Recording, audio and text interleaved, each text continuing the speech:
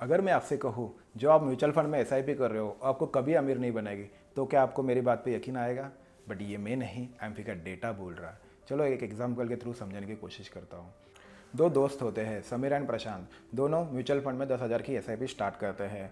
दोनों mutual fund में 5 साल तक इन्वेस्टेड रहते हैं। इन 5 सालों में म्यूचुअल फंड उन्हें 7 से 8% रिटर्न देता है और मार्केट में कुछ पैनिक सिचुएशन आ जाती है। इस पैनिक सिचुएशन को समीर डर जाता है और अपनी एसआईपी स्टॉप कर देता है। पर उसी जगह पे जो प्रशांत है वो अपनी एसआईपी कंटिन्यू रखता है और अगले आने वाले 20 साल तक कंटिन्यूसली एसआईपी में इन्वेस्टेड रहता है। तो 20 साल के बाद 10,000 के एसआईपी से 12% से प्रशांत के पास 1 करोड़ का प्रॉफिट होगा। और समीर जिसने 5 साल में अपनी एसआईपी स्टॉप की थी वो प्रशांत की ग्रोथ को देख के पछताता है।